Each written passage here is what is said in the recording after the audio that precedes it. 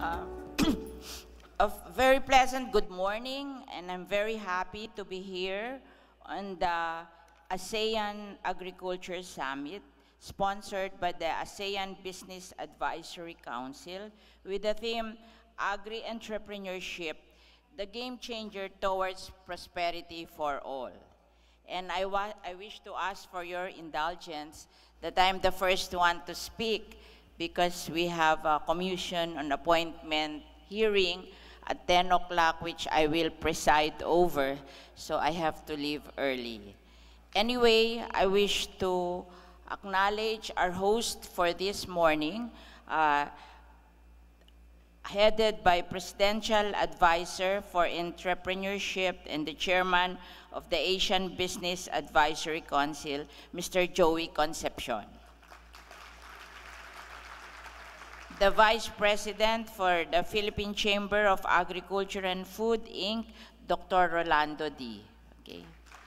And the President of the PCCI, Philippine Chamber of Commerce and Industry, Mr. George Barcelon. Okay. The Ambassador from Myanmar, Ambassador Naing Win. Okay. The former Secretary of Agriculture, Dr. William Dar. Okay. And the DTI from Caraga, Ms. Jernalita Silaga. My fellow resource persons in this summit, students, guests, delegates, ladies and gentlemen. Thank you very much for inviting me to be part of this event.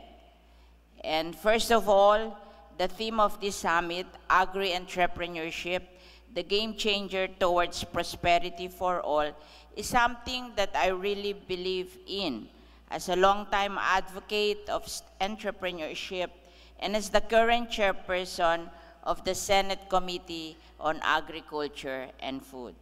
So I am glad that it is being highlighted here in an event organized by the ASEAN Business Advisory Council, which was created by the ASEAN leaders to serve as the apex business council to put together and champion private sector concerns and feedback to boost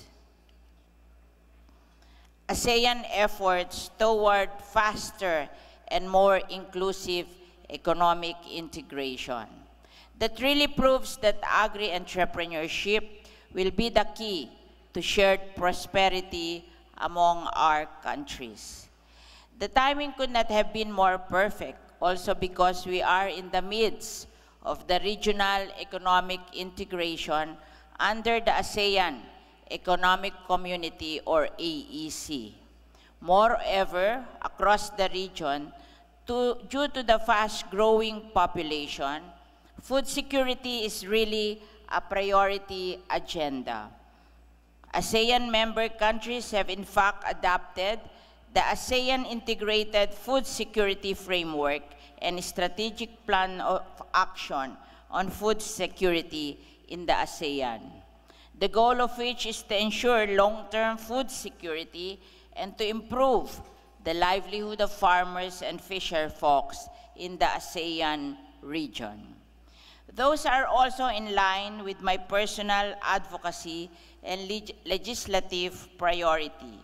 So I truly support this first step towards crafting and actualizing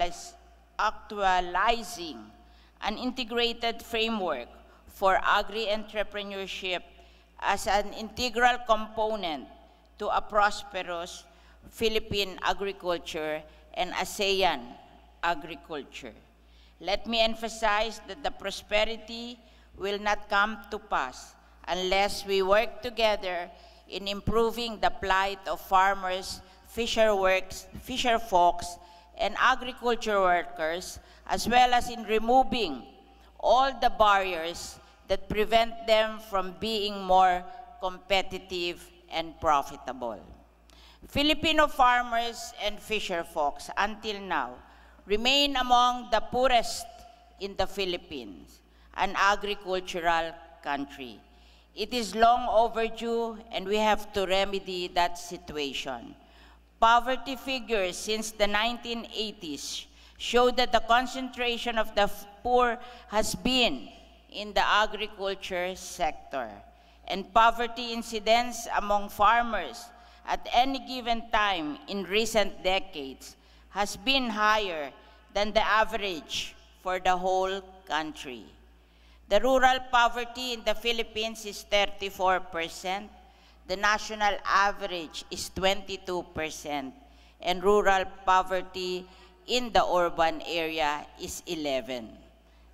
Talagang ang ating kahirapan ay nasa rural areas.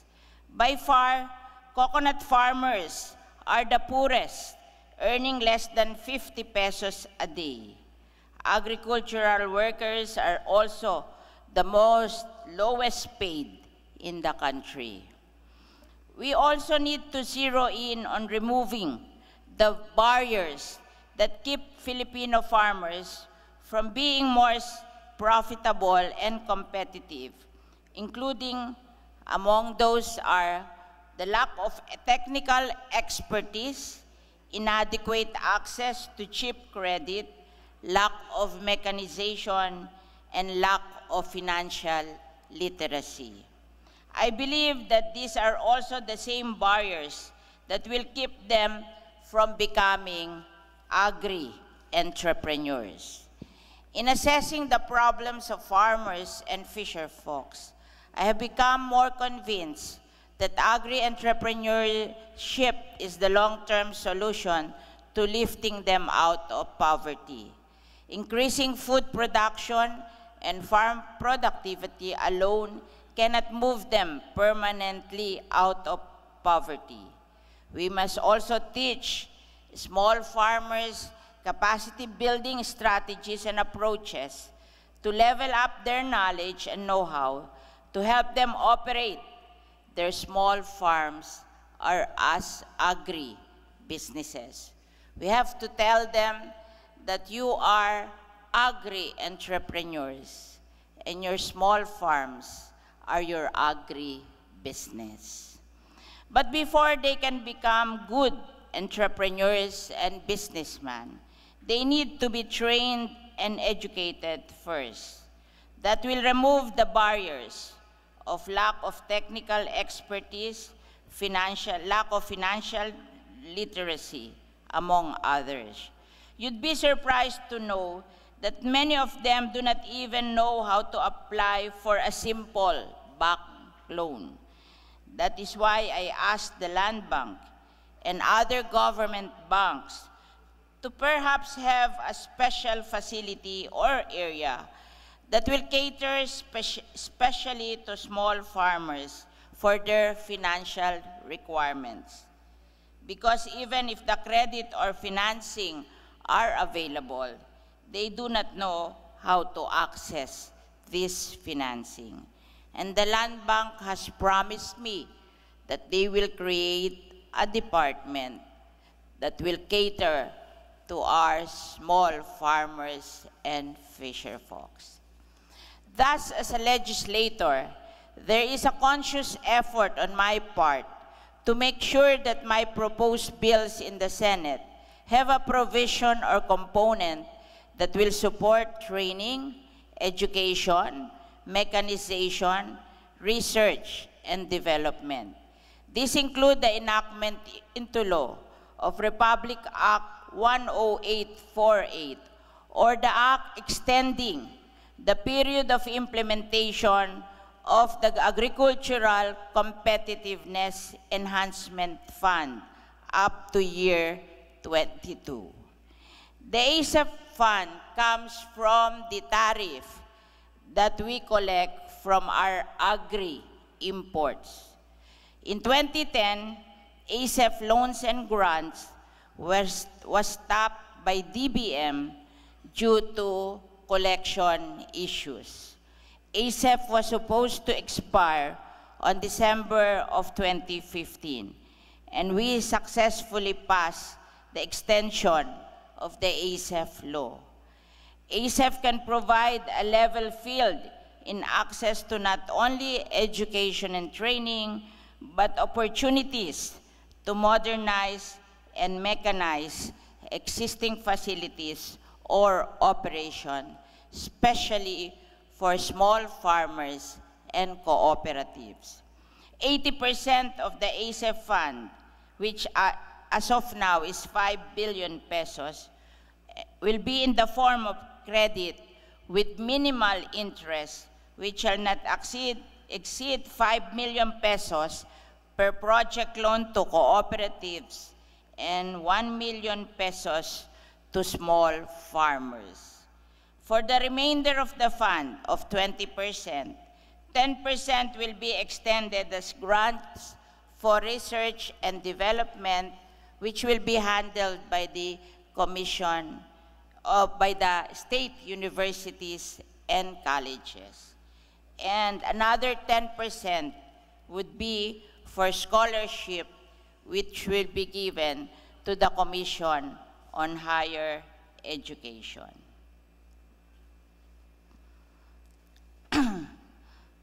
Besides the ASEF law, in all the other bills I have authored for the fisheries, sugar, and other agricultural sectors that have been passed into law, I made sure that there is an allocation of adequate funds to provide for research and development and for scholarship to children of farmers, fisher folks, and agricultural workers. Although we have passed also the law that provides free tuition to all students of all state universities and colleges in the Philippines, I hope that these funds will be used to help them pay for transportation and board, because that would also be a problem for the poor farmers and fisher folks of the Philippines. As the primary author of the Farm Tourism Development Law, or Republic Act 10816, I also emphasize training and education under the law. It is provided there that the Agricultural Training Institute and TESDA shall encourage farm tourism camps to become learning sites and accredited extension service providers, and the TESDA shall accredit farm tourism camps as technical vocational institutions for agriculture and tourism courses. I have also influenced TESDA to allocate 30% of their training budget to agriculture, because 30% of all the workers in the Philippines are agricultural workers. So this budget, they will allocate 750 million to finance the farm schools, which as of today, we have 920 farm schools all over the Philippines.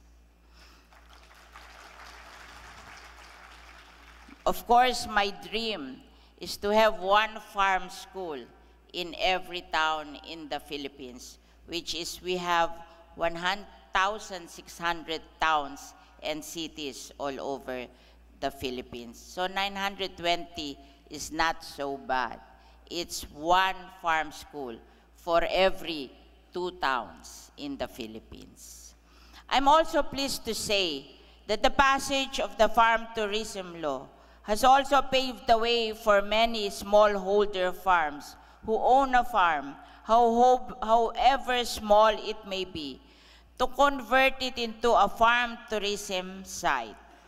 Many of them are now managing their farms as a business. It has become a win-win situation for them. They farm, they accept tourists or visitors to their farm, and for those who have a school or learning site, they can also accept trainees and students. So that's the 3 sources of income, and they do not even have to leave their farm. Through further training and education also, farmers are learning new methods of doing things as well as new equipment to help them. Coconut farmers, for example, which comprise 3.5 million of our population, whom I have cited as among the poorest, they are now aware that by merely intercropping coconut with other crops such as coffee and cacao, they would earn additional 10,000 per month.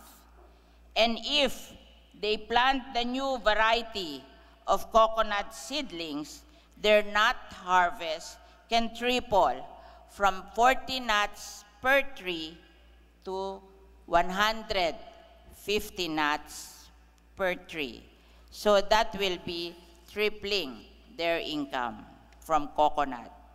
As for rice farmers, if they use the inbred seedlings of our Philippine Rice Research Institute, they can increase their production from 4 metric tons per hectare to 6 metric tons per hectare, which will make our country self-sufficient in rice finally, and will double the income of our rice farmers.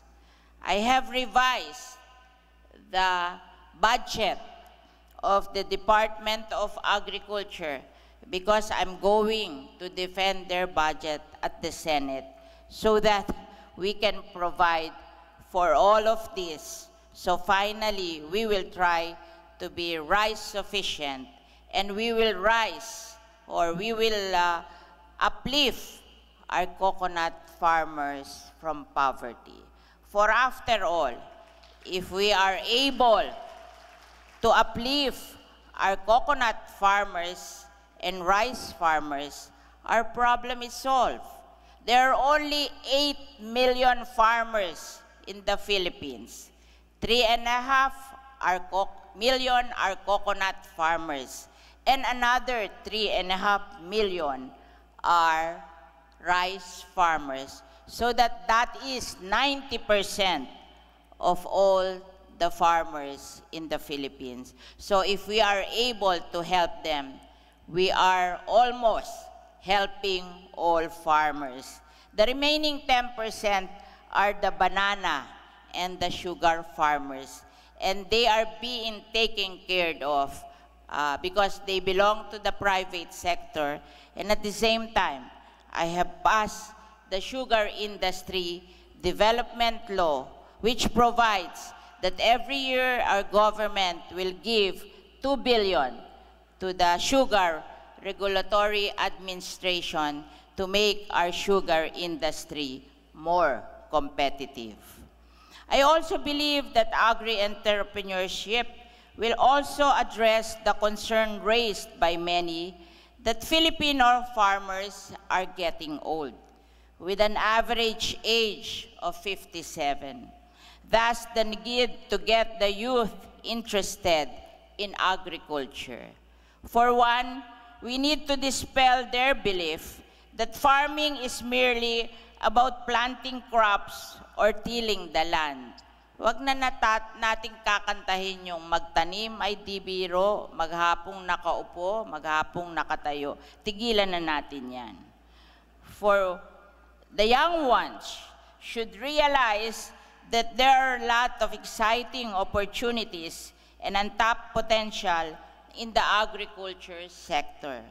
Agri-entrepreneurship has made agriculture more interesting for them. There are truly many opportunities in agribusiness. Of course, topmost is the fact that since the Philippines is an agricultural country, and 2/3 of our population is directly or indirectly involved with agriculture, the sector is relevant to our country's social and economic growth and sustainability. Second, over 99% of businesses in our country are micro, small, and medium enterprises. If I know my figures, only 4% are medium enterprises. So, 95% are small and medium, are rather small and micro enterprises. And a large majority of which is 50%, are involved in food and beverage. So, agriculture pa rin iyon. While there is no doubt by now that agri-entrepreneurship is indeed the game changer towards prosperity for all, we must nonetheless continuously work towards removing or at least ease the barriers or challenges faced by smallholder agri-businesses. In the same way that we have been removing the barriers that get in the way of success of farmers and fisher folks, majority of whom are the agri-entrepreneurs themselves. On that note, thank you once again and more power to all of us. Maraming salamat po at magandang umaga sa inyong lahat.